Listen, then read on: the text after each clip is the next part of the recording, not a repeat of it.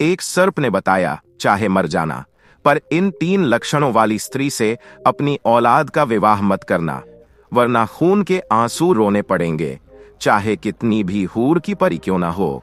ऐसी स्त्री को कभी अपनी पत्नी मत बनाना, अन्यथा खून के आंसू रोने पड़ेंगे। प्रिय दर्शकों, चाहे कितनी भी आकर्षक महिला क्यों न हो, ऐसी स्त्री को जीवन संगिनी बनाने से बचना चाहिए, वरना आपके जीवन पर भारी संकट आ सकता है। चलिए, इस कहानी में सब कुछ साफ हो जाएगा। आप बस वीडियो के अंत तक जुड़े रहें। यह कथा रोचक और अत्यंत महत्वपूर्ण है, जो हमें यह बताती है कि कुछ महिलाओं के माध्यम से जीवन में गंभीर कठिनाई। वे कौन सी स्त्रियां हैं जो हमारे जीवन में विकट परिस्थितियां लेकर आती हैं, या यूं कहें कि हम ऐसी महिलाओं को अपनाते हैं जो हमारे जीवन को पूरी तरह से तहस नहस कर देती हैं। इसे आप अपने कर्मों का फल समझिए या ईश्वर का न्याय। जब ईश्वर की लाठी चलती है तो बड़े से बड़ा ताकतवर भी धराशायी हो जाता है। तो आइए मित्रों, आज की कहानी शुरू करते हैं। बहुत समय पहले की बात है। नागलोक के राजा वासुकी का मन एक दिन शिकार पर जाने का हुआ। राजा ने अपना धनुष तैयार किया और घोड़े पर सवार होकर जंगल की ओर चल पड़े। संयोगवश उस दिन हस्तिनापुर के राजकुमार अर्जुन भी शिकार खेलने के उद्देश्य से जंगल में आए थे। नागराज वासुकी ने एक हिरण का पीछा किया और उधर अर्जुन ने भी उसी हिरण को देखकर अपने घोड़े को दौड़ा दिया। शिकार तो एक ही था, लेकिन शिकारी 2। हिरण का पीछा करते करते दोनों एक दूसरे के सामने आ गए। हिरण तो झाड़ियों में छिप गया, लेकिन नागराज वासुकी और अर्जुन आमने सामने खड़े हो गए। यह देखकर दोनों हंस पड़े कि कोई भी हिरण को पकड़ नहीं सका। दोनों राजा घोड़े से उतरे और एक दूसरे का अभिवादन किया। अर्जुन ने कहा, राजन, क्षमा करें, लेकिन मैंने आपको पहली बार देखा है। कृपया अपना परिचय दें। आप कौन हैं और कहां से आए हैं? राजा वासुकी ने उत्तर दिया, राजन, मैं नागलोक का राजा वासुकी हूं और शिकार के उद्देश्य से यहां आया था। अब आप अपना परिचय दीजिए। अर्जुन ने अपना परिचय दिया और बताया कि वह भी शिकार खेलने आए थे। दोनों आपस में बात करने लगे और एक पीपल के पेड़ के नीचे बैठ गए। बातचीत के दौरान दोनों के बीच मित्रता हो गई। नागराज वासुकी ने अर्जुन से कहा, मित्र, मेरे मन में एक विचार आया है। यदि आप सहमति दें तो मैं इसे व्यक्त करना चाहूंगा। अर्जुन ने कहा, निस्संदेह, कृपया बताइए। नागराज बोले, मित्र, आज आपसे मिलकर मैं बहुत प्रसन्न हूं। क्यों ना इस दिन को यादगार बना दिया जाए? अर्जुन ने पूछा, कैसे? नागराज ने कहा, हालांकि हम कभी कभार ही मिलेंगे, लेकिन यदि कोई रिश्ता बन जाए तो हम जब चाहें तब मिल सकते हैं। अर्जुन ने कहा, यह विचार तो बहुत उत्तम है, पर यह होगा कैसे? नागराज ने कहा, यदि मेरी रानी ने पुत्र को जन्म दिया और आपकी रानी ने पुत्री को, तो हम दोनों का संबंध निश्चित हो जाएगा। अर्जुन ने भी उत्साह से कहा, और यदि आपकी रानी ने कन्या को जन्म दिया और हमारी रानी ने पुत्र को, तब भी रिश्ता तय समझिए। दोनों राजाओं ने इस प्रस्ताव को स्वीकार किया, गले मिले और वादा किया कि वे इसे कभी नहीं भूलेंगे। इसके बाद दोनों अपने अपने नगर लौट गए। समय अपनी रफ्तार से बीतता गया। उधर दोनों राजाओं की रानियां गर्भवती हो गईं। 9 महीने बाद अर्जुन के परिवार में पुत्र जन्मा। इस खुशी में ढोल नगाड़े बजे, गरीबों को दान दिया गया और विद्वान पंडितों को बुलाकर नामकरण संस्कार कराया गया। पंडितों ने कहा, राजकुमार बहुत ही शुभ नक्षत्र में पैदा हुए हैं, इसलिए इनका नाम परीक्षित रखा जाए। उधर नागलोक में भी रानी के प्रसव की प्रतीक्षा हो रही थी। एक दिन दरबार में एक दासी आई और बोली, महाराज की जय हो। आपको यह जानकर अत्यंत प्रसन्नता होगी कि रानी ने एक सुंदर कन्या को जन्म दिया है। इतना सुनते ही राजा वासुकी के चेहरे पर मायूसी के बादल छा गए और वह गहरे चिंतन में डूब गया। उसका चेहरा उदास हो गया था। जब राज्य के मंत्रियों ने यह देखा तो उन्होंने कहा, महाराज, क्या हुआ? इतना शुभ अवसर है और आप इस तरह उदास क्यों हैं? कृपया कारण बताइए ताकि उसका हल निकाला जा सके। मंत्रियों के बार बार निवेदन करने पर राजा को अपनी चुप्पी तोड़नी पड़ी। उन्होंने अर्जुन के साथ हुई शर्त और पूरी कहानी सुनाई। राजा की बात सुनकर सभी मंत्री बोले, महाराज, इसमें चिंतित होने की क्या बात है? यह तो अत्यंत खुशी का अवसर है। हमारी राजकुमारी पृथ्वी लोक के धर्मराज युधिष्ठिर के वंश की बहू बनेगी। हम अपनी बेटी का विवाह बहुत धूमधाम से करेंगे। यह सुनते ही राजा वासुकी बोले, नहीं, यही तो हम नहीं चाहते। हम नागवंश के हैं और अगर हमारी कन्या मानव वंश में जाएगी तो हमें उनके सामने झुकना पड़ेगा। लड़की वालों को सदैव झुकना पड़ता है। मैंने सोचा था कि हमारे यहाँ पुत्र होगा और अर्जुन के यहाँ पुत्री होगी, जिसे हम विवाह के बाद नागलोक ले आएंगे। मित्रों, नागराज गहरे विचारों में खो गए।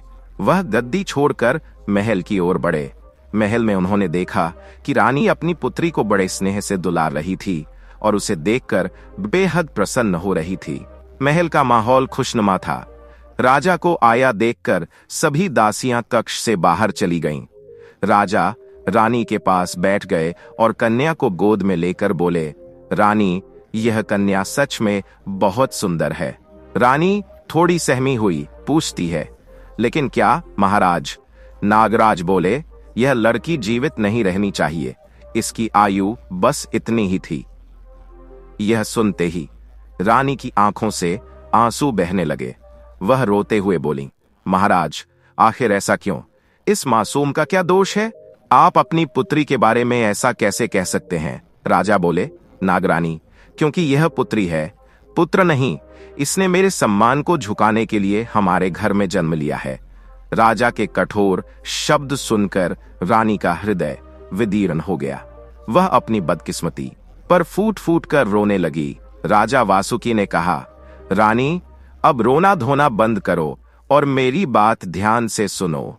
फिर उन्होंने अर्जुन के साथ हुई उस ऐतिहासिक मुलाकात की पूरी बात बता दी और कहा, मैं मनुष्यों के आगे सिर नहीं झुका सकता। रानी बोली, महाराज, इसमें झुकने की क्या बात है? कन्या तो पराई अमानत होती है। यदि आप अपनी पुत्री का विवाह अर्जुन के पौत्र के साथ करेंगे तो लोग आपकी वचनबद्धता की सराहना करेंगे। रानी की यह बात सुनते ही नागराज वासुकी क्रोध से भड़क उठे और बोले, रानी, अपनी यह बकवास बंद करो और मेरी बात सुनो। अगर आज रात तक तुमने इस कन्या को नहीं मारा तो कल मैं तुम्हारे टुकड़े टुकड़े कर दूंगा। ऐसा कहते हुए राजा क्रोध में वहां से चले गए। रानी यह सुनकर अवाक रह गईं और फूट फूट कर रोने लगीं। वह बार बार सोचने लगीं कि अपनी बेटी को कैसे मारें, क्योंकि एक मां के लिए अपनी संतान की हत्या करना सबसे कठिन कार्य होता है। रानी का रो रोकर बुरा हाल हो गया। उधर वासुकी के दरबार में अर्जुन के यहां से एक संदेश आया। संदेशवाहक ने खुशी प्रकट करते हुए बताया, हे मित्र वासुकी, अर्जुन को पौत्र का सौभाग्य मिला है। उसकी जन्म कुंडली देखकर राज्य के पंडितों ने कहा कि राजकुमार शुभ नक्षत्रों में जन्मा है। उसका नाम परीक्षित रखा गया है।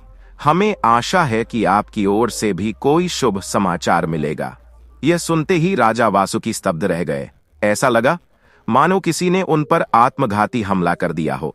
परीक्षित के नाम से राजा वासुकी की चिंता और बढ़ गई। उधर रानी किसी भी स्थिति में अपनी पुत्री को नहीं मारना चाहती थी। उन्होंने उसे बचाने की योजना बनाई। उन्होंने अपनी सबसे विश्वसनीय दासी को बुलाया और कहा, तुम्हें मेरे पिता ने मेरे साथ भेजा था ताकि मेरी हर बात को आदेश समझकर उसका पालन कर सको। आज मुझ पर भारी विपत्ति आ गई है और तुम्हें मेरा साथ देना होगा। दासी हाथ जोड़कर बोली, महारानी, आप मुझे आदेश दें, मैं आपके लिए अपनी जान तक कुर्बान कर दूंगी। रानी बोली, तो तुम एक काम करो, मेरी पुरानी सखी शीला को बुला लाओ। ध्यान रखना इसकी भनक किसी को न लगे।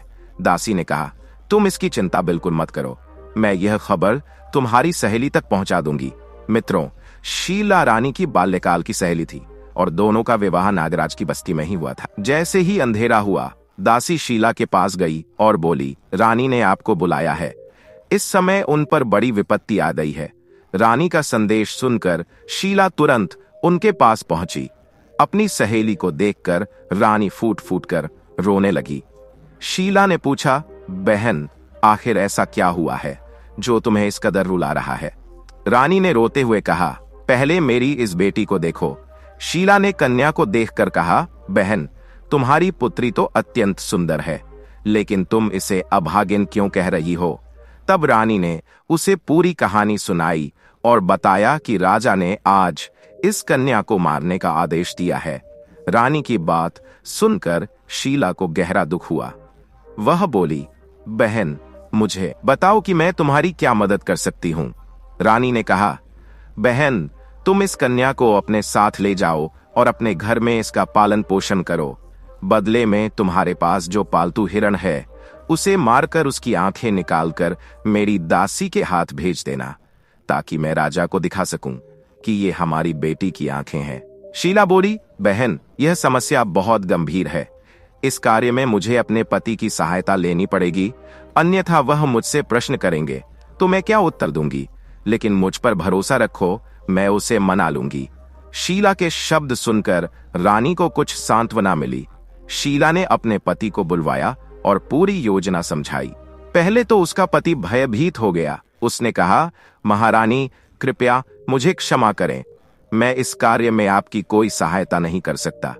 यदि यह बात राजा को पता चल गई तो वह मुझे और मेरे बच्चों सहित मौत के घाट उतार देगा। यह सुनकर रानी ने कहा, भाई, तुम ही मेरी आखिरी उम्मीद हो। यह बात केवल हम तीनों के बीच ही रहेगी और इससे कन्या की जान बच जाएगी। तुम्हें पुण्य मिलेगा। रानी के आंसुओं को देखकर शीला का पति इस योजना के लिए राजी हो गया। दासी ने कन्या को उठाया और शीला के घर ले गई। शीला के पति ने एक मृत मृग का बच्चा लाकर उसकी आंखें निकालकर रानी को सौंप दी। रानी ने वे आंखें राजा वासुकी को दिखाईं। राजा को विश्वास हो गया कि रानी ने कन्या को मार दिया है। यह जानकर राजा वासुकी के दिल में रानी के लिए स्नेह उमड़ आया। उसने रानी को गले से लगाते हुए कहा, महारानी, भगवान ने चाहा तो अगली बार हमारे घर में पुत्र का जन्म होगा और हमें किसी के आगे सिर नहीं झुकाना पड़ेगा। उधर शीला ने उस कन्या का नामकरण किया और उसका नाम नवलदे रखा। इस प्रकार नागराज वासुकी की पुत्री नवलदे शीला के घर में पलने लगी। इस बात की भनक रानी के अतिरिक्त किसी को नहीं थी। राजा धीरे धीरे अपने राजकाज में व्यस्त हो गया। समय बीतता गया।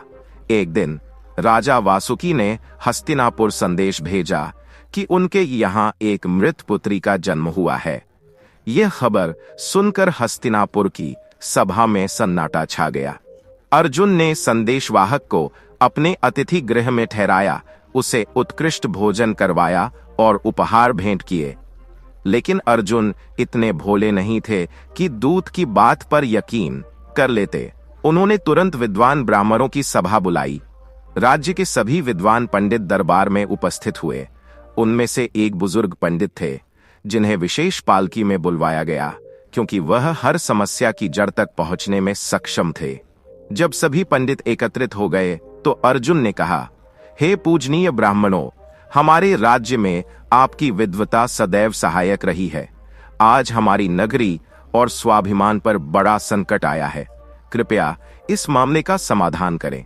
फिर अर्जुन ने राजा वासुकी के संदेश को पढ़कर सुनाया। इसके बाद कहा, बताइए, इस संदेश में कितना सत्य है और कितना असत्य। पंडितों ने अपनी अपनी पोथियां खोलीं और अध्ययन में लग गए। उन्हें निष्कर्ष तक पहुंचने में 3 दिन लग गए, लेकिन कोई निर्णय नहीं हो पाया। सभी पंडितों ने अपनी अपनी जानकारी राजा धर्मराज से साझा की और कहा, महाराज, नागराज बासुकी द्वारा भेजा गया यह संदेश असत्य है। ना तो बासुकी के यहाँ कोई पुत्री मरी है और न ही वह मृत हुई है। वह कन्या जीवित है। नागराज बासुकी यह सोचते हैं कि अपनी बेटी आपको सौंपने से वह जीवन भर आपके अधीन। लेकिन उनकी रानी ने उस कन्या को नहीं मारा, बल्कि उसी नगर में एक दासी के पास पालने के लिए भिजवा दिया। पंडितों ने आगे कहा, महाराज, ध्यान रखें, नागलोक में जाकर अपनी पुत्रवधू को बलपूर्वक लाने की भूल न करें। नागराज बासुकी नागों के देवता हैं और उनके पास हजारों विषैले और शक्तिशाली नागों का खजाना है। वहां जाकर कोई जीवित वापस नहीं आ सकता। लोक पर नहीं आएगी, इसका कोई उपाय तो होगा। बुजुर्ग पंडित ने कहा, महाराज, इसका केवल एक ही समाधान है। जब वह कन्या 18 वर्ष की हो जाएगी, तब राजा बासुकी को कोढ़ नामक बीमारी हो जाएगी। उस रोग का उपचार नागलोक में संभव नहीं होगा। वह केवल तब ठीक हो सकते हैं जब उनकी पुत्री नवलदे पृथ्वी लोक के अमृत कुंड से अमृत भरकर लाए और उन्हें स्नान कराए। राजा ने पूछा, क्या यही एकमात्र उपाय है जिससे राजा वासुकी इस रोग से मुक्त हो सकते हैं? पंडितों ने कहा, हाँ महाराज, इसलिए उस कन्या को 18 वर्ष की होने दें। जब वह अमृत कुंड का पानी भरने आएगी तब आप परीक्षित को भेजकर अपनी पुत्र वधू को बुला सकते हैं। यह सुनने के बाद सभी पंडित अपने अपने अपने स्थानों पर चले गए। पार्थ ने उन्हें भारी दक्षिणा देकर विदा किया और अगले 18 वर्षों के बारे में विचार करने लगे। धीरे धीरे समय बीता और 18 वर्ष गुजर गए। राजा वासुकी की पुत्री नवलदे अब 18 वर्ष की। एक दिन राजा वासुकी अपने घोड़े पर सवार होकर नगर के बाजार में भ्रमण कर रहे थे। अचानक उन्होंने एक हवेली की छत पर एक लड़की को देखा। वह इतनी सुंदर थी कि ऐसा लग रहा था जैसे आकाश में दूसरा चांद निकल आया हो। ध्यान से देखने पर राजा को पता चला कि वह एक नवयुवती थी जो छत पर अपने बाल सुखा रही थी। उसकी अद्भुत सुंदरता देखकर ऐसा प्रतीत हो रहा था कि उसके आगे सूरज भी फीका है। उस युवती को देखकर राजा वासुकी उसकी सुंदरता पर इतना मोहित हो गए कि उन्होंने मन ही मन उससे विवाह करने का निर्णय कर लिया। लेकिन वह इस तथ्य से अनभिज्ञ थे कि वह लड़की उनकी अपनी पुत्री थी। सतयुग का समय था जब केवल गलत विचार करने से ही पाप लग जाता था। राजा वासुकी के मन में जब अपनी ही पुत्री को लेकर अनुचित विचार आए तो ईश्वर का कोप उन पर बरस पड़ा। उनके शरीर पर खुजली होने लगी। राजमहल तक पहुंचते पहुंचते खुजली इतनी तीव्र हो गई कि राजा पागलों की तरह अपने शरीर को खुजलाने लगे। धीरे धीरे राजा को कोढ़ रोग ने घेर लिया। उनके शरीर से मांस और रक्त गिरने लगा और भयंकर दुर्गंध फैलने लगी। राजा ने कई नामी वैद्यों से उपचार कराया, लेकिन किसी भी औषधि ने उनकी स्थिति में सुधार नहीं किया। जब सब पंडित दरबार में एकत्रित हुए, राजा वासुकी ने उनसे कहा, पंडितों, अपनी विद्या का प्रयोग कर बताइए कि मैं इस घातक बीमारी से कैसे मुक्त हो सकता हूं। यह रोग मेरे शरीर को लगातार निगल रहा है। राजा का हाल देखकर पंडित स्तब्ध रह गए। उन्होंने अपनी अपनी पोथियां खोलीं और अध्ययन में जुट गए। दिन भर विचार करने के बाद वे समस्या की जड़ तक पहुंचे, लेकिन कोई कुछ कहने का साहस नहीं कर पाया। पंडितों की चुप्पी देख राजा वासुकी को क्रोध आ गया। उन्होंने कहा, क्या हुआ? क्या तुम्हारी विद्या विफल हो गई? तुम सब मौन क्यों हो? पंडित जानते थे कि यह पूरा षड्यंत्र रानी का रचाया हुआ है, लेकिन वे यह बात राजा को नहीं बता सकते थे। राजा ने गुस्से में कहा, यदि कल तक मुझे इस बीमारी का समाधान नहीं मिला तो तुम सबको फांसी पर चढ़ा दिया जाएगा। यह सुनकर पंडित अपने अपने घर चले गए और एक सभा आयोजित की। सभा में एक पंडित ने कहा, यदि हम राजा को सच्चाई बताएंगे तो भी मारे जाएंगे, और यदि नहीं बताएंगे तो भी। आखिर करें तो क्या करें? तब सभी ने एक बुजुर्ग पंडित के चरणों में गिरकर कहा, आप ही हमें इस संकट से बचा सकते हैं। बुजुर्ग पंडित बोले, ठीक है, मैंने बहुत जीवन जी लिया है। यदि मेरे कहने से राजा नाराज होकर मुझे मार भी डाले तो कोई बात नहीं, मैं सच कह दूंगा।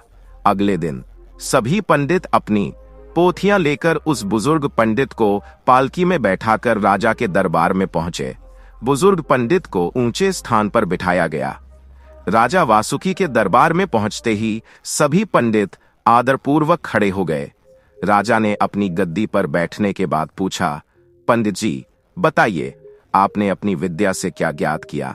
मुझे कौन सा रोग हुआ है? बुजुर्ग पंडित हाथ जोड़ते हुए बोले, महाराज, आपको यह बताते हुए हमें अत्यंत खेद हो रहा है कि आपको कोढ़ नामक बीमारी है। इसके पीछे एक लंबा प्रसंग छिपा हुआ है। राजा वासुकी हैरानी से बोले, लंबा प्रसंग? वह क्या है? तब पंडित ने कहा, महाराज, क्षमा करें, लेकिन आपने अपनी ही पुत्री को अनुचित दृष्टि से देखा है और उसके साथ संबंध बनाने का विचार मन में लाया है। इसी पाप के कारण यह घातक रोग आपको घेर चुका है। राजा वासुकी गुस्से में आकर बोले, खबरदार पंडित, यदि तुमने आगे एक भी शब्द कहा तो मैं तुरंत तुम्हें मृत्युदंड दे दूंगा। यदि तुम मुझसे उम्र में बड़े न होते तो तुम्हारा सिर अभी धड़ से अलग कर देता। पंडित शांत स्वर में बोले, महाराज, आप चाहे तो मुझे मार सकते हैं, मुझे अपने प्राणों का भय नहीं है, लेकिन मेरे मरने से सच्चाई नहीं बदलेगी। राजा बोले, मुझे तो कोई पुत्री है ही नहीं, फिर तुम यह कैसे कह सकते हो कि मैंने अपनी ही संतान को बुरी नजर से देखा है? पंडित ने उत्तर दिया, महाराज, इसका जवाब तो केवल आपकी रानी ही दे सकती है। आप जो भी पूछें सत्य ही पूछिएगा, इसमें रत्ती भर भी झूठ नहीं है। राजपुरोहित की बातों ने राजा वासुकी को सोचने पर मजबूर कर दिया। उन्हें षड्यंत्र की बू आने लगी। उन्होंने पंडितों की पूरी बात सुनी और पूछा, इस बीमारी से मुक्ति पाने के लिए हमें क्या करना चाहिए? बुजुर्ग पंडित ने कहा, महाराज, केवल आपकी पुत्री ही आपको इस रोग से मुक्ति दिला सकती है। राजकुमारी को पृथ्वी लोक की यात्रा करनी होगी, जहां अमृत कुआं स्थित है।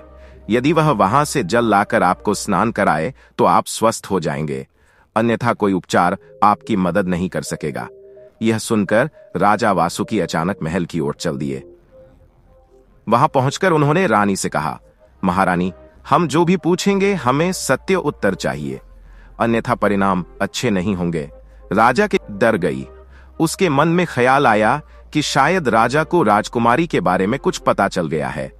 डरते हुए रानी बोली, महाराज, आप क्या पूछना चाहते हैं?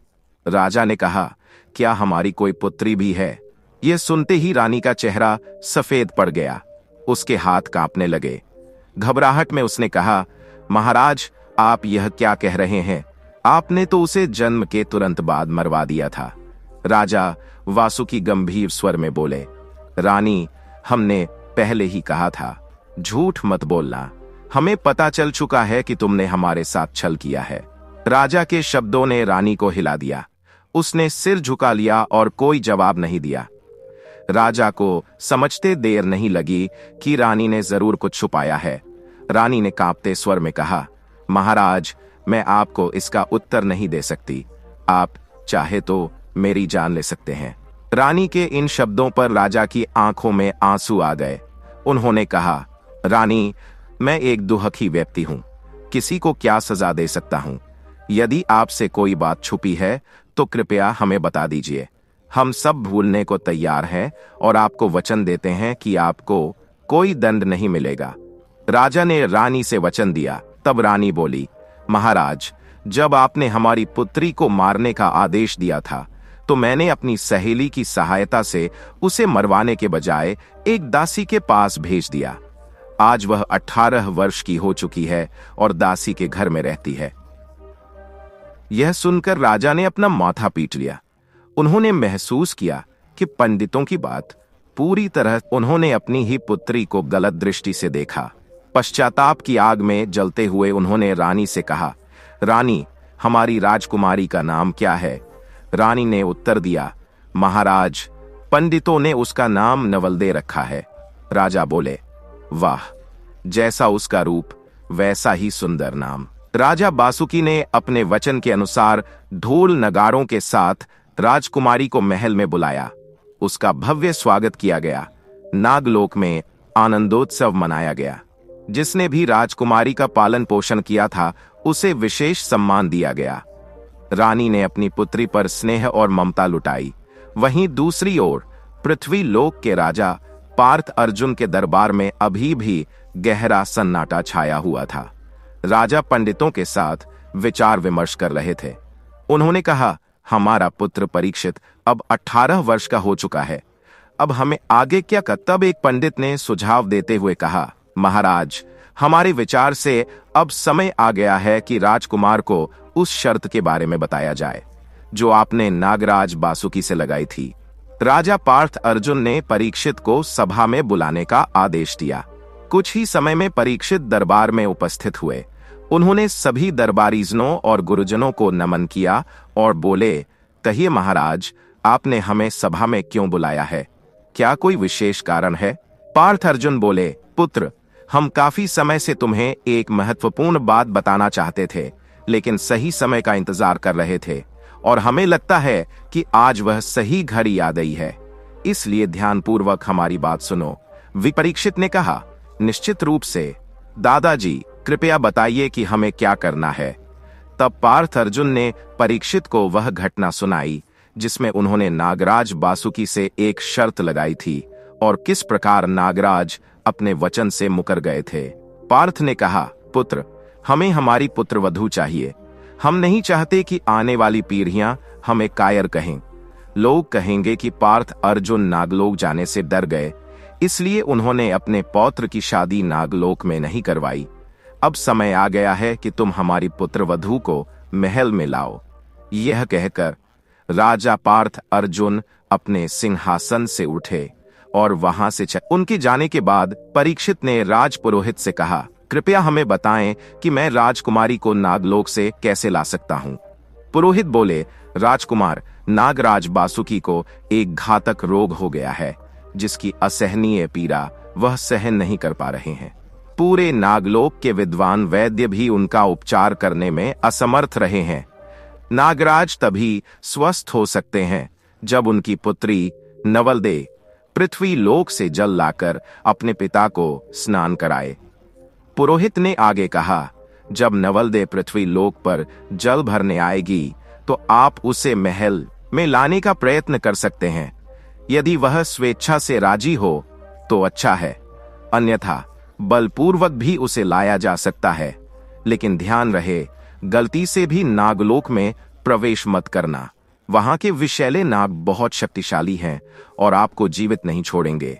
परीक्षित ने गंभीरता से सुना और बोले, हमारे संस्कार हमें किसी स्त्री के साथ अनुचित व्यवहार की अनुमति नहीं देते, लेकिन आपकी बात मैं समझ गया हूं।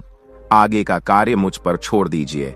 आप दादाजी को कहिए कि उनकी पुत्रवधू को लेकर मैं अवश्य लौटूंगा। अगली सुबह परीक्षित एक छोटी सैन्य टुकड़ी के साथ अमृत कुंड पर पहुंचे और वहां तंबू लगाकर नवलदे के आने का इंतजार करने लगे। उधर नागराज बासुकी ने अपनी पुत्री नवलदे से क्षमा मांगी और कहा, बेटी, अनजाने में हमसे भारी भूल हो गई, जिसके लिए हमें यह भयंकर सजा मिली है। कृपया हमारी गलतियों को माफ कर दो और हमें इस कष्ट से मुक्ति दिलाने में सहायता करो। हिंदू धर्म और भारतीय संस्कृति में कुछ संबंध विशेष रूप से पवित्र माने गए हैं। इनमें बेटी, बहन, पुत्रवधू और छोटे भाई की पत्नी शामिल हैं। बेटी, शास्त्रों के अनुसार बेटी माता पिता का अंश होती है। उसका संरक्षण और सम्मान करना माता पिता का धर्म है। उस पर दूषित दृष्टि डालना सबसे बड़ा पाप माना गया है। बहन का स्थान भाई के जीवन में अत्यंत महत्वपूर्ण है। भाई का कर्तव्य है कि वह अपनी बहन की रक्षा करे। यदि कोई भाई अपनी बहन के प्रति अनुचित सोच रखता है तो यह धार्मिक और सामाजिक दृष्टिकोण से घृणित है। पुत्रवधू, उसे बेटी के समान आदर देना चाहिए। उसके प्रति किसी प्रकार की अनुचित सोच अधर्म कहलाती है। छोटे भाई की पत्नी का सम्मान बहू के समान करना चाहिए। उसके प्रति अनुचित भाव रखना परिवार की गरिमा को ठेस पहुंचाता है। नागराज बासुकी ने कहा, बेटी, यह पीड़ा अब सहन नहीं हो रही है। कृपया हमें क्षमा कर दो। पुत्री ने अपने पिता का दर्द देखा और उनकी गलती के बावजूद उन्हें इस कष्ट से मुक्ति दिलाने का निर्णय किया। उसने राजा बासुकी अपनी पुत्री के इस साहस को देखकर प्रसन्न हुए और बोले, पुत्री, तुम्हें पृथ्वी लोक जाना होगा और वहां से जल लाकर हमें स्नान कराना होगा, तभी हमारी सारी पीड़ा समाप्त होगी। लेकिन यह काम बहुत समझदारी और सूझबूझ से करना, क्योंकि पृथ्वी लोक पर हमारे कई शत्रु मौजूद हैं और अपनी प्रतिशोध की भावना के कारण वे किसी भी सीमा तक जा सकते हैं। इसलिए इस बात का विशेष ध्यान रखना कि किसी मनुष्य के संपर्क में न आना, और यदि कोई तुमसे जबरदस्ती करने का प्रयास करे तो यह मत भूलना कि तुम एक नाग कन्या हो। उसे डसकर उसकी जीवन लीला समाप्त कर देना। तब नवलदे ने कहा, पिताजी, आखिर मनुष्यों से हमारी दुश्मनी का कारण क्या है? अवश्य कोई विशेष वजह होगी। नागराज बासुकी ने अपनी पुत्री को पूरी घटना सुनाई। उन्होंने कहा, पुत्री, एक बार हम पृथ्वी लोक पर शिकार करने गए थे। वहां हमारी भेंट पार्थ अर्जुन से हुई थी। फिर जो हुआ वह सारा घटनाक्रम उन्होंने विस्तार से नवलदे को बताया। अंत में बोले, पुत्री, इस घटना के बाद से पृथ्वी लोक के निवासी हमारे, इसीलिए हम बार बार कह रहे हैं कि मनुष्यों से दूरी बनाए रखना और किसी भी तरह का संबंध न रखना। वे अड़ गए हैं कि उन्होंने परीक्षित की सगाई नवलदे से कर दी है और अब राजकुमारी को ब्याह कर लाएंगे। नवलदे ने कहा, ठीक है पिताजी, मैं आपकी बात मानूंगी। कल सुबह मैं अपनी यात्रा पर निकल जाऊंगी। नागराज बासुकी ने चैन की सांस लेते हुए अपनी पुत्री नवलदे को गले से लगा लिया। अगले दिन सुबह नवलदे ने मटका उठाया और माता पिता का आशीर्वाद लेकर पृथ्वी लोक के लिए प्रस्थान किया। जब वह जल भरने के लिए पृथ्वी लोक के तालाब पर पहुंची तो उसने देखा कि एक अत्यंत आकर्षक राजकुमार तालाब की मुंडेर पर बैठा हुआ किसी के आने की प्रतीक्षा कर रहा था। राजकुमारी को अपने पिता की बातें याद आने लगीं कि मनुष्यों से उनका बैर है। वह सोचने पर मजबूर हो गई कि कहीं यही वह राजकुमार तो नहीं है जिससे उसकी सगाई की बात हुई थी। नवलदे के चेहरे पर अजीब सी चमक आ गई। परीक्षित भी पहली ही नजर में नवलदे को देखकर मोहित हो गया। उसने सोचा, यह अवश्य मेरी वही रानी है, मेरी जीवन संगिनी। शाम के समय जब आसमान में लालिमा छाई हुई थी, दोनों एक दूसरे को निरंतर देखे जा रहे थे। अचानक नवलदे ने अपने मटके में रस्सी बांधी और उसे कुएं में डाल दिया। मटके में जल भरकर वह चलने लगी। तभी परीक्षित ने उसका हाथ थाम लिया और बोला, यदि मैं गलत नहीं हूं तो आप नागलोक के राजा राजकुमारी बोली, राजकुमार, क्या आप मुझे जानते हैं? इस समय मेरे पिता की तबीयत बहुत खराब है और मुझे तुरंत नागलोक लौटना है।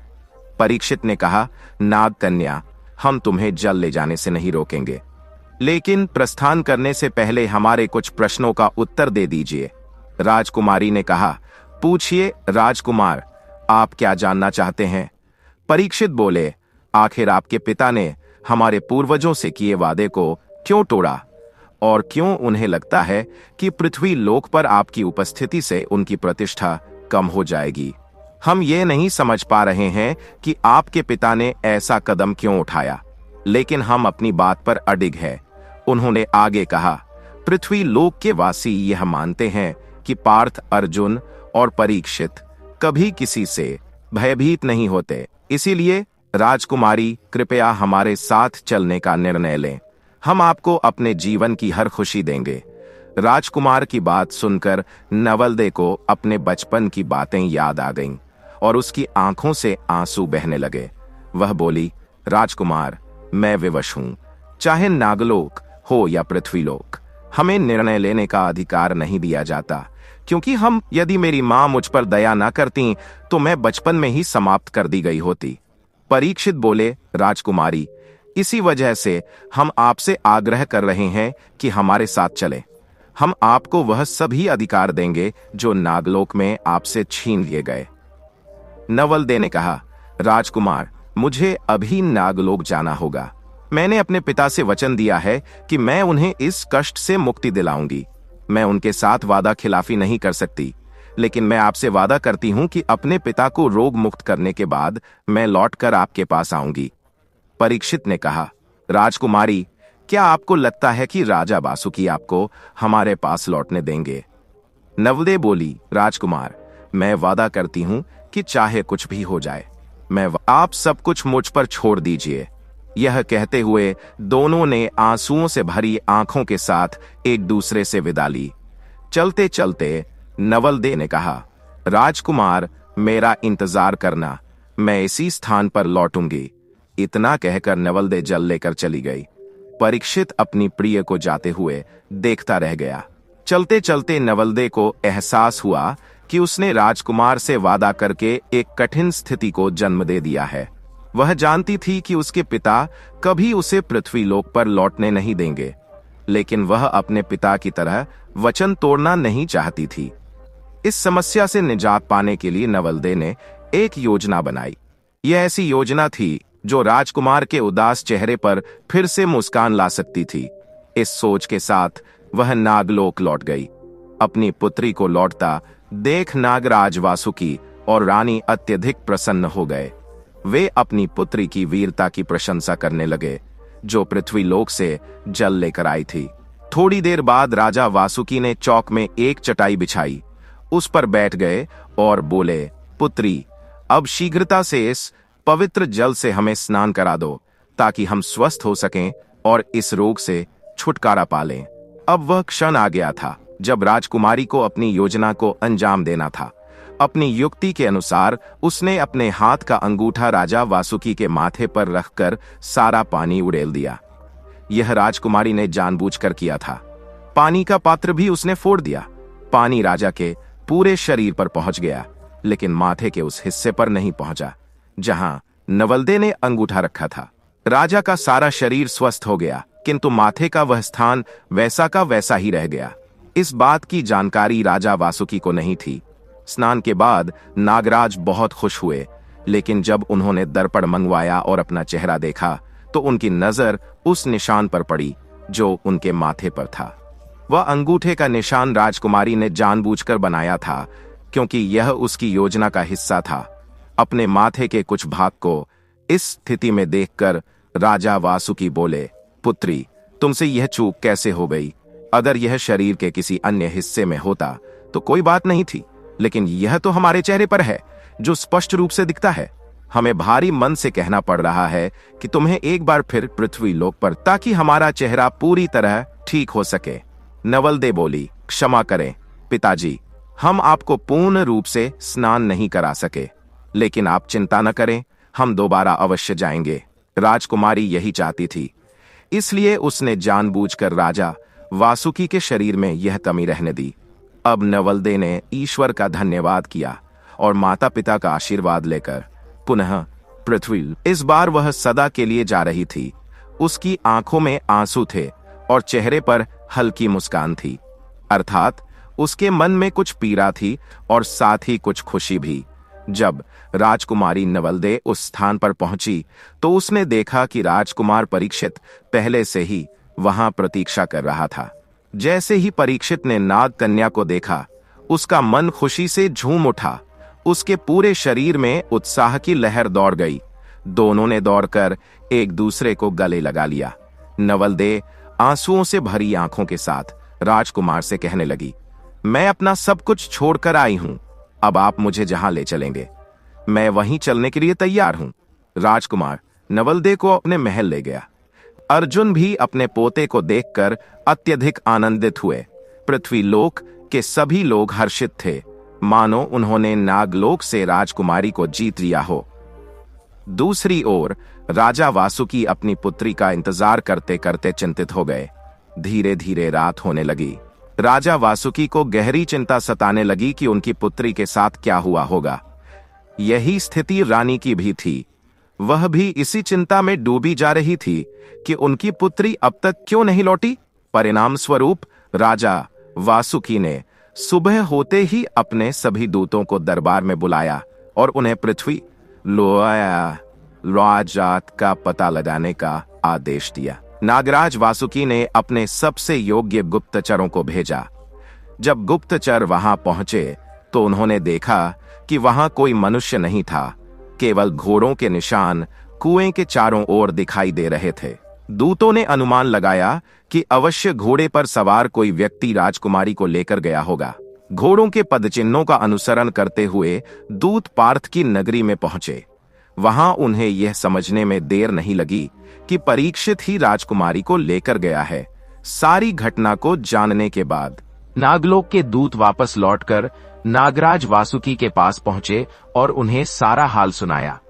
नागराज वासुकी ने पूछा, बताओ क्या समाचार लाए हो? दूतों ने कहा, महाराज, आपकी पुत्री को हस्तिनापुर का राजकुमार परीक्षित लेकर चला गया है। यह सुनते ही वासुकी गुस्से से कांप उठे। बोले, आखिर वही हुआ जिसका डर था। परीक्षित हमारी लेकिन हम चुप नहीं बैठेंगे। हम उसकी पूरी नगरी को नष्ट कर देंगे। मैं सांपों का एक ऐसा दल पृथ्वी लोक पर भेजूंगा जिससे उनकी रूह कांप जाएगी। राजा वासुकी ने नागलोक के सभी शक्तिशाली नाग योद्धाओं को तुरंत दरबार में उपस्थित होने का आदेश दिया। राजा का आदेश मिलते ही सभी योद्धा सभा में इकट्ठा हो गए। वासुकी ने एक पान का बीड़ा सभा के बीच में रख दिया और कहा, जो भी हमारे शत्रु को परास्त करेगा और राजकुमारी को सुरक्षित वापस लाएगा, वह इस पान का बीड़ा उठाए। लेकिन मित्रों, किसी भी योद्धा में बीड़ा उठाने की हिम्मत नहीं हुई। यह देखकर नागराज वासुकी ने क्रोधित होकर सभी नाग योद्धाओं को डांटना शुरू कर दिया। उन्होंने भूरिया नाग को विशेष रूप से पुकारा और बोले, भूरिया, तुम्हें क्या हो गया है? तुम्हारी भुजाओं में तो अपार बल था, अब तुम्हारा साहस कहां चला गया है? क्या तुम भूल गए हो कि तुमने बड़े बड़े योद्धाओं को परास्त किया है? भूरिया, जो नागलोक का सबसे शक्तिशाली योद्धा था, अपने बारे में ऐसी बातें सुनकर क्रोधित हो गया। गुस्से में उसने पान का बीड़ा उठाया और बोला, महाराज, आप चिंता न करें, मैं परीक्षित के पूरे परिवार को समाप्त कर दूंगा और राजकुमारी को सकुशल वापस ले आऊंगा। यह कहकर भूरिया नाग पार्थ अर्जुन की नगरी की ओर प्रस्थान कर गया। लंबी यात्रा के बाद वह परीक्षित की नगरी में पहुंचा और ब्राह्मण का रूप धारण करके भूरिया नाग बाजार की गलियों में घूमने लगा। उसने पूरे नगर का निरीक्षण किया और देखा कि सभी लोग अपने दैनिक कार्यों में व्यस्त थे। वे खुशहाल दिखाई दे रहे थे। ऐसा प्रतीत हो रहा था कि नगर में कोई दुख या संकट नहीं था। पार्थ की नगरी ने भूरिया नाग को आकर्षित कर लिया था, लेकिन उसने इन सब बातों को नजरअंदाज किया और अपने कार्य को पूरा करने में जुट गया। वह अब अंधेरे का इंतजार करने लगा। थोड़ी देर बाद सूर्यास्त हुआ और काली छाया नगर के चारों ओर फैलने लगी। अंधेरा होते ही भूरिया नाग महल के पीछे से घुसा और चारों ओर नजर दौड़ाकर यह सुनिश्चित किया कि कोई उसे देख न रहा हो। फिर उसने अपने असली नाग रूप में प्रवेश किया। पर इसके बाद वह राजकुमार परीक्षित के कक्ष में गया और उसे भी डस लिया। राजा के सभी करीबी रिश्तेदारों के कक्षों में जाकर उसने उन्हें भी डस लिया और सभी को मृत्यु के घाट उतार दिया। हालांकि भूरिया को यह नहीं पता था कि राजकुमारी नवलदे अपनी इच्छा से राजकुमार परीक्षित के साथ आई थी। उसके बाद भूरिया नाग नवलदे के पास गया और बोला, पुत्री, मैंने उन सभी दुश्मनों को खत्म कर दिया है जिन्होंने तुम्हारा अपहरण किया था। अब तुम मेरे साथ नागलोक वापस चलो, मैं तुम्हारा इंतजार कर रहा हूं। अपने चाचा भूरिया नाग से ऐसे अशुभ समाचार सुनकर राजकुमारी नवलदे के हाथ पैर घबराहट से फूल गए। वह जोर जोर से रोने लगी और बोली, अरे पापी, तूने क्या कर दिया? मेरी पूरी गृहस्थी को नष्ट कर दिया और कहता है कि ये लोग मुझे जबरदस्ती लेकर आए थे। ऐसा नहीं है, मैं स्वयं अपनी इच्छा से आई थी। तूने यह क्या किया? तू नहीं जानता कि ससुराल में दुल्हन की क्या स्थिति होती है। इस अनर्थ के लिए मैं तुझे कभी माफ नहीं करूंगी। भूरिया नाग यह सुनकर पूरी तरह घबरा गया और तुरंत नागलोक की ओर लौट पड़ा। नवलदे रोती रही।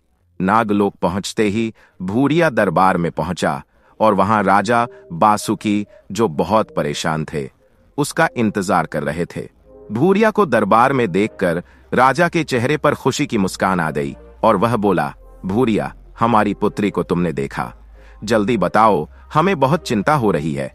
अपने भतीजी के शब्दों को सुनकर भूरिया का दिल टूट चुका था। वह निराश मन से बोला, महाराज, मैंने पार्थ के परिवार को खत्म कर दिया है। लेकिन फिर उसने पूरी घटना राजा बासुकी को सुनाई। भूरिया की बातें सुनकर राजा बासुकी गुस्से से तिलमिला उठे और बोले, क्या कह रहे हो तुम? भूरिया ने कहा, वास्तव में महाराज, हमारी पुत्री ने यहाँ आने से इनकार कर दिया था। मैंने उसे समझाया, लेकिन वह उल्टा मुझसे नाराज हो गई। सभा में बैठे पंडितों ने यह सब सुना और उनमें से एक ने कहा, महाराज, मैं दखल देने के लिए क्षमा चाहता हूं, लेकिन मुझे कुछ कहना है।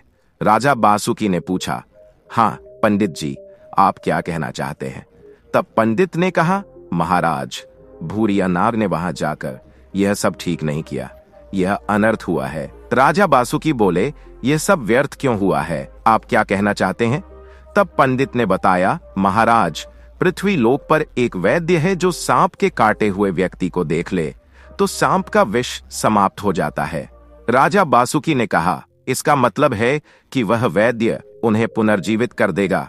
यह सुनकर पूरे दरबार में सन्नाटा छा गया। नागलोक में राजा परीक्षित की मृत्यु का जश्न मनाया जा रहा था, लेकिन वैद्य का नाम सुनकर उनकी सारी खुशी फीकी पड़ गई। उधर हस्तिनापुर में हड़कंप मच गया था, क्योंकि भूरिया नाग ने राजमहल के कई लोगों को डस लिया था और सभी मौत के कगार पर थे। लोगों के होश उड़ गए थे और महल में मातम छा गया था। तभी किसी ने वैद्यराज धन्वंतरी का नाम लिया। राजा, रानी और राजकुमार के प्राण बचाने के लिए सभी लोग वैद्यराज के आश्रम की ओर दौड़ पड़े। धन्वंतरी वैद्य को उस समय देवताओं का वरदान प्राप्त था कि यदि उनकी दृष्टि किसी सांप के काटे हुए व्यक्ति पर पड़ जाए तो सांप का विष समाप्त हो जाता था। इसलिए उनके पास 1600 शिष्य थे जो प्रतिदिन उनसे शिक्षा लेते थे। मंत्री गण घबराते हुए धन्वंतरी वैद्यराज के आश्रम पहुंचे और बोले, वैद्य जी, बड़ा संकट आ गया है। पार्थ के पूरे परिवार को नाग ने डस लिया है और वे सब बेसुध पड़े हैं। उनके मुंह से झाग निकल रहे हैं। कृपया जल्दी चलिए। धन्वंतरी वैद्य तुरंत उठ खड़े हुए और अपने शिष्यों से कहा, हमें जल्दी से पार्थ की नगरी पहुंचना होगा।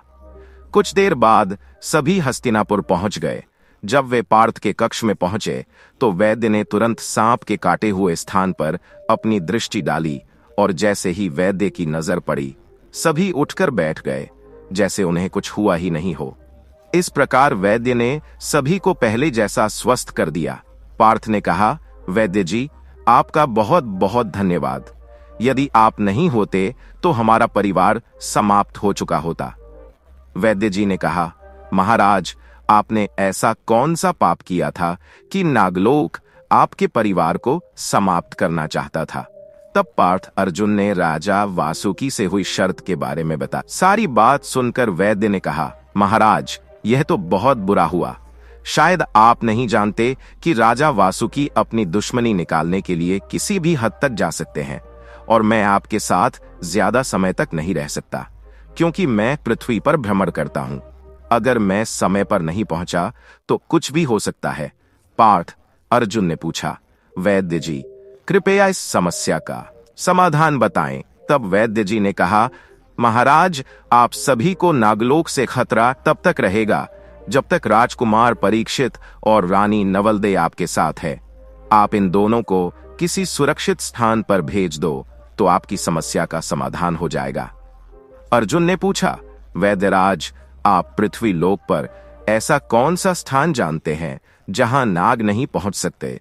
तब वैद्य धन्वंतरी ने उत्तर दिया, आप समुद्र के बीच में एक कांच के महल का निर्माण करवाइए और राजकुमार परीक्षित और नवलदे को उस महल में भेज दीजिए, क्योंकि नाग पानी में नहीं घुसते हैं और यदि वे घुसे भी तो वे डूबकर मर जाएंगे।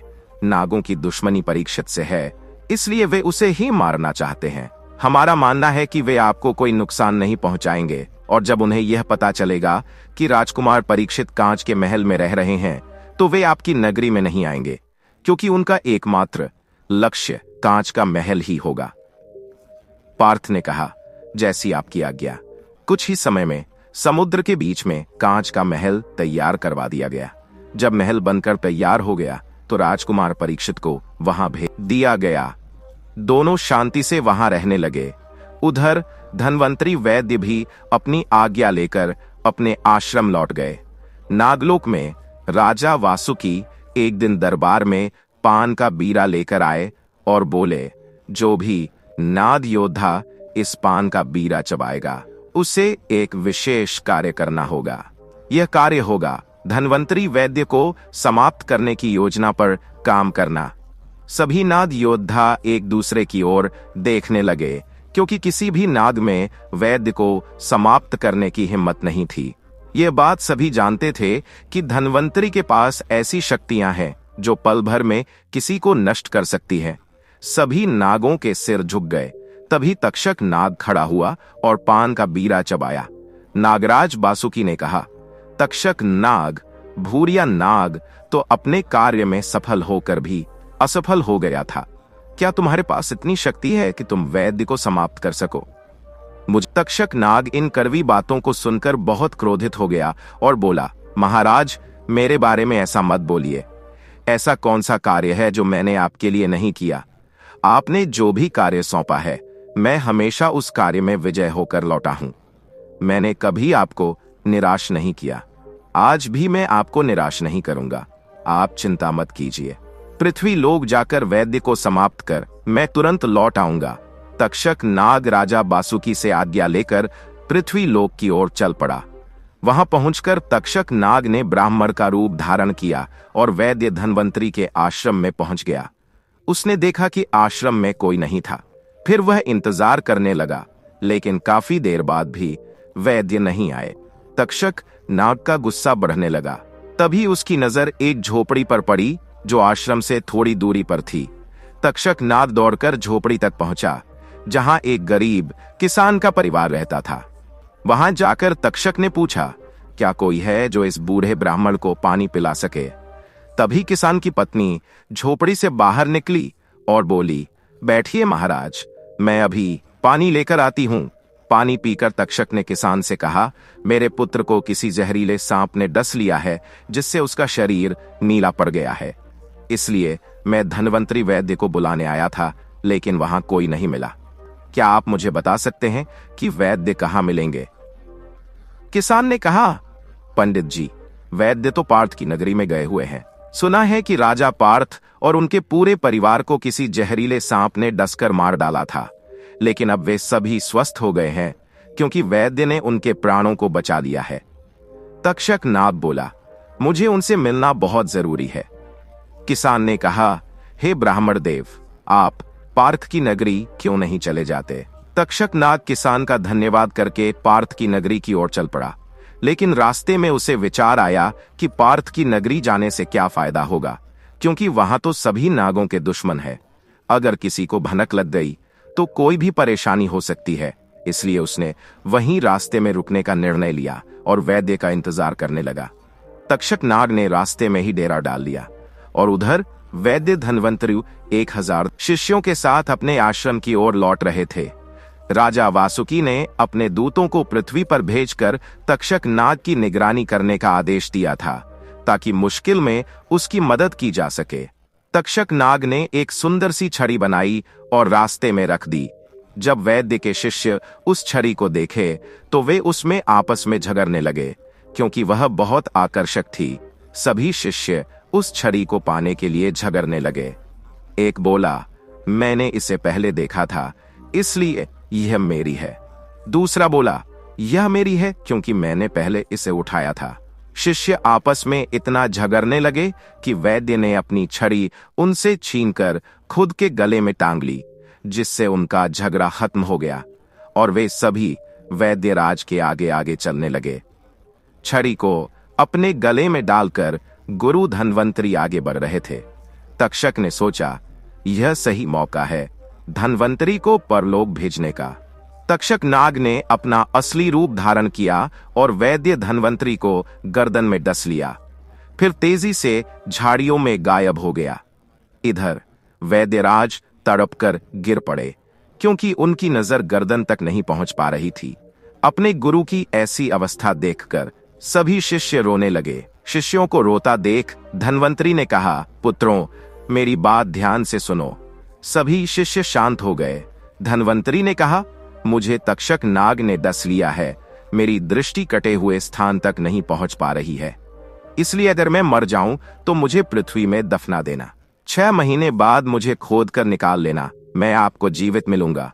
और अगर मुझे 6 महीने से पहले निकालना पड़े तो तुम सब मेरे शरीर को खा लेना, जिससे मेरी सारी विद्या तुम में समा जाएगी और तुम सब धन्वंतरी बन जाओगे। इतना कहकर गुरु ने अपने प्राण त्याग दिए। सभी शिष्य रोने लगे। उन्होंने गुरु की समाधि तैयार की और नीम के पत्ते समाधि में डालकर गुरु को दफना दिया।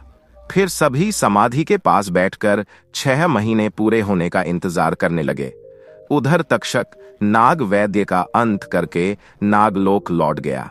जब उसने वैद्य को मारने की खबर दी तो उसका शानदार स्वागत हुआ। ढोल नगारों की आवाज से पूरा नागलोक गूंज उठा। राजा बासुकी ने अपने गले से मोतियों की माला उतारकर तक्षक नाग को सम्मान पूर्वक पहनाया और विश्राम के लिए भेज दिया। भूरिया नाग भी यह नजारा देख रहा था और मन ही मन जल रहा था। उसने खुद से वादा किया कि मैं कुछ बड़ा करके दिखाऊंगा। तक्षक नाग विश्राम के लिए चला गया और इसी दौरान राजा वासुकी ने दरबार में आए दूतों से पूछा कि तक्षक ने कैसे अपना कार्य पूरा किया। दूतों ने बताया, महाराज, पहला समाचार यह है कि पार्थ अर्जुन और परीक्षित को समुद्र के बीच कांच के महल में भेज दिया है। दूसरा यह कि तक्षक ने अपना कार्य समाप्त कर लिया है। राजा वासुकी ने कहा, लेकिन क्या? दूतों ने पूरी कहानी सुनाई। उन्होंने कहा कि मरते वक्त धन्वंतरी ने यह कहा था कि अगर वह मर जाएं तो उनका शरीर खा लिया जाए ताकि उनकी सारी विद्या हमारे अंदर आ जाए। राजा वासुकी ने कहा, आप ठीक कहते हैं। अगर 1600 धन्वंतरी बन गए तो हमारे लिए यह बहुत कठिन हो जाएगा। फिर राजा वासुकी ने दरबार में सबको यह आदेश दिया कि यदि 6 महीने बाद वैद्य जीवित हो जाते हैं तो यह हमारे लिए बहुत बड़ा संकट होगा, इसलिए हमें कोई उपाय खोजना होगा। इसी पर मंत्रणा करते हुए 5 महीने बीत गए, लेकिन किसी को कोई हल नहीं मिला। अंत में राजा वासुकी ने पान का बीड़ा सभा में डाला और कहा, जो नाद योद्धा इस समस्या का समाधान करेगा और राजा परीक्षित का अंत करेगा, उसे हम नागलोक का आधा राज्य देंगे। भूरिया नाग को अब एक अवसर नजर आया। उसने तुरंत सिंहासन से उठकर पान चबाया और कहा, महाराज, आप निश्चिंत रहिए, मैं इस कार्य को अंजाम देके लौटूंगा। सभा में भूरिया नाग के साहस की सराहना होने लगी। राजा वासुकी ने कहा, शाबाश भूरिया, हमें आपसे यही उम्मीद थी। हम जानते हैं कि आप किसी भी कार्य को सफलतापूर्वक पूरा कर सकते हैं। भूरिया ने सभी को प्रणाम किया और पृथ्वी लोक की ओर चल पड़ा। दूसरी तरफ गुरु धर्मवंतरी के शिष्यों में मतभेद होने लगे। उनके मन में कई गलत विचार आ रहे थे।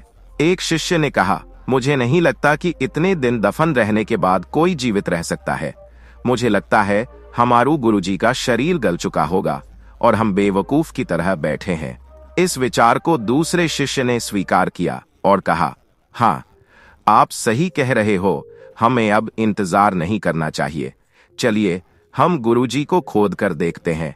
अगर उनका शरीर सुरक्षित है तो हम उसे वापस दफना देंगे और अगर वह सड़ चुका है तो हम उनका अंतिम संस्कार करेंगे।